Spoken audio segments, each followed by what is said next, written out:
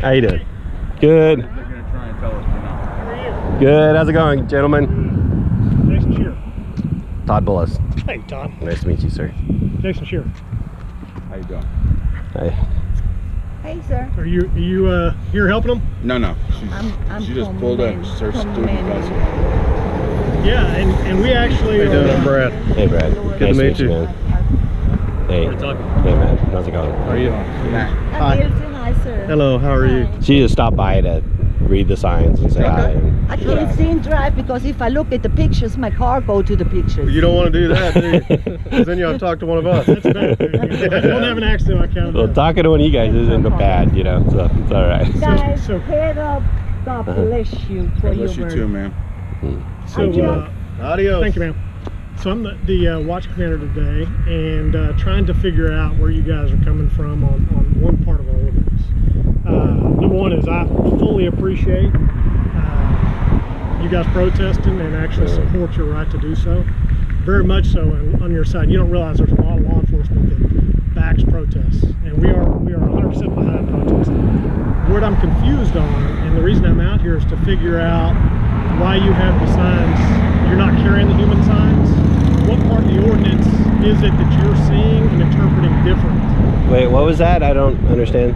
The human sign, when you've got a sign like this, because you can't have the sign on the homeowner association property like this. You can't have it. If you're gonna protest something like that with a human sign, generally people will carry them and go, you know, hey, we want fair wages, we want this, that, and the other. Are y'all reading it differently than me, or how is it that you guys are, or did y'all just not read it? Yeah, normally what happens is we just try to be like rationally minded and not break the law. And then if someone comes, like if they say, like if the association came to us and said, hey, look, we want you off our wall, you know, then we'll be like, okay, well, you know, if they don't want us off the wall, then, you know, like we would park in the parking lot because all the like parents would come and counter protesters would come and everybody would park in the parking lot, right? And the school's fine with that, but then the school will go, we don't want you parking in the parking lot, you know. So we got tired of that, and we just don't park in the parking lot anymore. Hey, that's brilliant. We find to me that helps your protest is you're avoiding that stuff, Yeah. but you're getting the word out. Yeah. To me, that's a smart. So we're not. I mean, we are trying to agitate, you know, and make people like think about this. Sure. But we're not trying to, like, I don't want to go to jail or nothing like that, you know, because it doesn't. And to be honest with you, we support protesters to the point that if you watch a lot of YouTube videos with us and so forth, a lot of times we don't make contact and we help support that. You'll see us just drive by. People are like, oh, they didn't stop. Well, it's because we support that. And if we don't see a violation, a lot of times we won't stop. Some officers will go up and just make contact, make sure that everything's good, you know, that kind of thing. But yes, sir. We prefer not to actually make contact unless we have to. So let me ask you, because the way I read the ordinance on the human signs, you have to be holding the sign. Do you have a copy of that for us? I do. Matter of fact, right here. What I've done is I've done a cut and paste on the word, because it's the ordinance is actually 7017. Signs allowed, no permit required. Yeah. So no permit of any kind. But this covers in here the human sign. So I cut and paste the human sign definition, and then cut and paste the portion where this would fall under. To the best of my knowledge. So if y'all have something here, you can take this with you.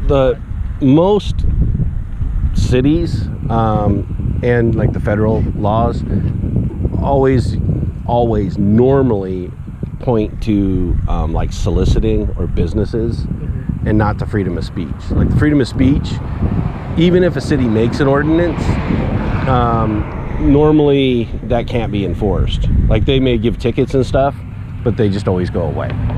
You know. Well, let me ask you this: because you got a number of signs. Logically speaking, if you had the money, which your organization probably in the long run you could get backing and so forth. You in theory could place 100,000 signs around our city, right? In different. You mean kind of like politicians do? Yeah, real similar. Only they have to have permission of the landowner to do this kind of thing. Right. If they do it on private property, but if they do it on public property. See, everywhere you have those signs posted right now, is private property. Yeah. And they've asked that y'all remove them. Yeah. I talked to the representative just a few minutes ago. Yeah, and I have no problem removing them. Yeah, they support you guys like we do. They just. I mean, I'm trying to come up with some. We're the Abolitionist Society, little homeowners, just him and I, and his family. Yeah, there's no organization. No organization. You know, there's no, but there are. I'm thinking you got a good message. I mean, this is what this is what your passion is. Get a few more people to help you carry these signs. I was like, man, you're covered. And so I'm sitting there thinking, trying to think outside the box to help you guys actually, people out. see things like this, and this is what makes people say, well, I don't want to get a bond. Well, but then that's when it's incumbent on you to explain, well, those guys weren't there hassling us. They were just helping us out. And we do that. You know, like she was like, I would come out, but I don't want to get arrested. And I'm like, well, we've been doing this since 2009. You know, like, in fact, I've never even been in. I've had a friend in handcuffs, but they let him go. You know, because things were too hectic. And what the officer did was, the guy that all the hecticness was surrounded by, put him in the squad car. But then by chance a legal advisor that you guys can run this stuff by?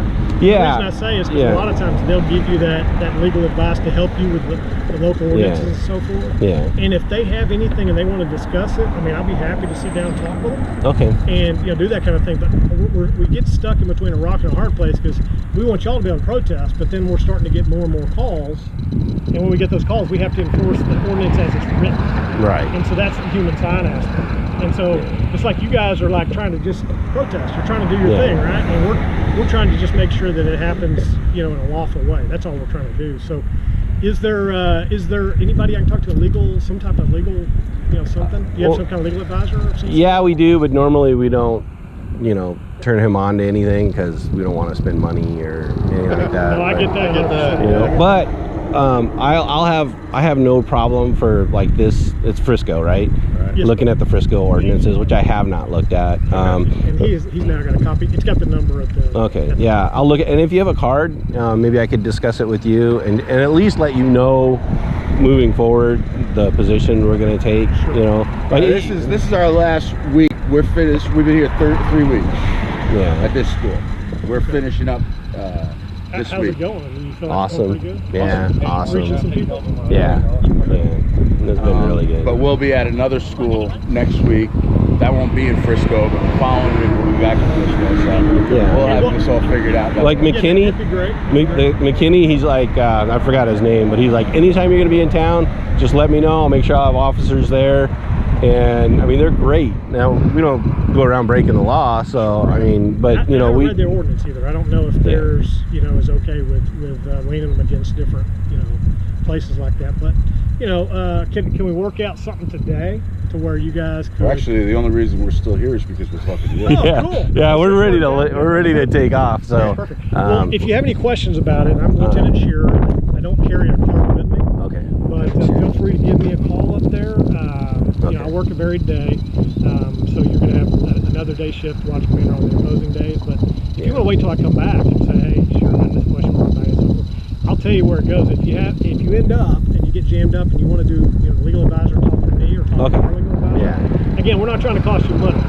We completely support the right to protest and your message. I get it.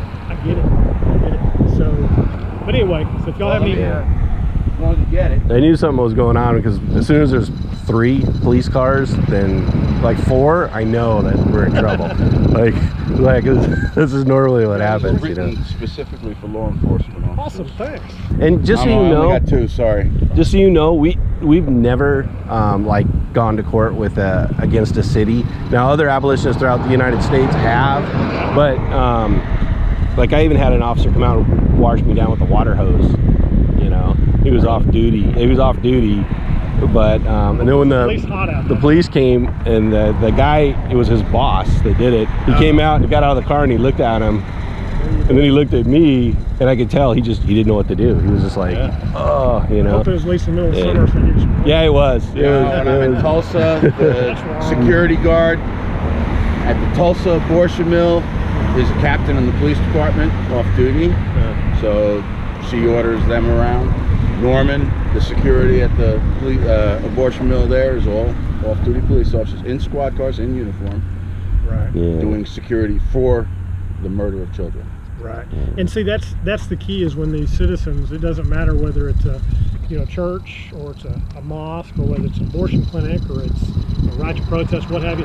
If you wanted to hire officers to come out, then you put it through our services division, and then they could hire somebody if y'all wanted it specifically. No, we don't. Or just like the abortion clinic, they wanted somebody to be out there. So if they have the manpower to do it, then that's when they're to do it. Just like a mosque or a Hindu temple or a Christian church, and we direct traffic at all of them. Sometimes they want us in services to where we're there for security reasons, Yeah. So if somebody's willing to do it, and we have the manpower, which right now we're struggling to keep up with all the growth, but if we have the manpower, then we gladly help them out, however it is. Because I hate to say it, but as of now, we're here to take care of you because you're here in our city, and you may not live here, but we want to make sure you guys are taken care of. You live in Frisco, right? Yeah. Oh, you do. Okay. Yeah, I live in Little Elm. I got you. So we're here to assist all parties involved, and just make sure that people are following the ordinances and make sure that there's no issues amongst you get people together with two opposing views. This is a very highly political year.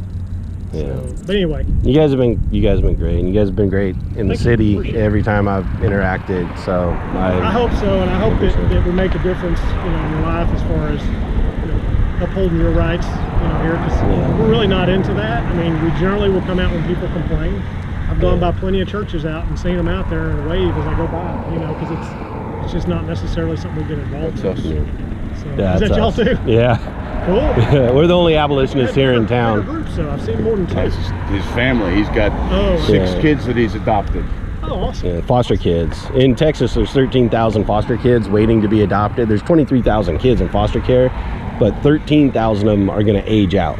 Bless you for doing that, because not everybody's willing to step up and do it. That's in the midst of 30,000 churches, 60,000 pastors in Texas. So these kids, what happens is the way Texas set up the foster care system, you get paid $700 a month per kid, plus allowances for clothes and food.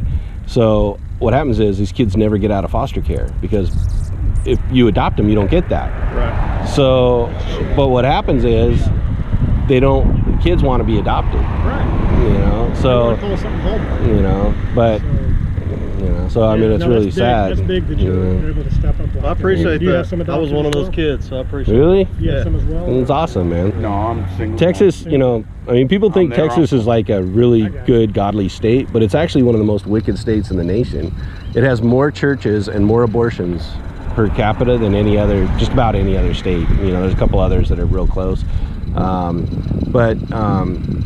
We have over 70,000 pastors, over 30,000 churches, and 13,000 kids waiting to be adopted. The gays and lesbians are adopting them right now. That's who's adopting them. If you said I wanted to be a foster parent and adopt a kid, you'd have to sit with gays and lesbians throughout all your classes and listen to them. I mean, it's amazing. And we have 70,000 abortions in Texas every year. Well, we are one of the biggest states. And just so you know, we have a troll that's in with Planned Parenthood. And that troll posted on my post from yesterday that 3 girls just in this school year so far have murdered their children. And one of them came out and spoke to us. We don't know any of this. And 5 over at Lone Star, where we were last week, or 3 weeks ago. Yeah, 3 weeks ago. Have already murdered their children. That's just since August. They're extremely passionate about their side, and y'all know because y'all been out there dealing with it. But what I do appreciate is how respectful you guys are. We don't always get that out on protests, so thank you. I appreciate y'all being respectful. We're here to operate within the law. Can y'all do me one favor? Sure. If y'all are back here tomorrow or the rest of the week, can y'all not prop the signs up against the research. Yeah, no, we don't. I'm not sure exactly what we'll do because we talk about it.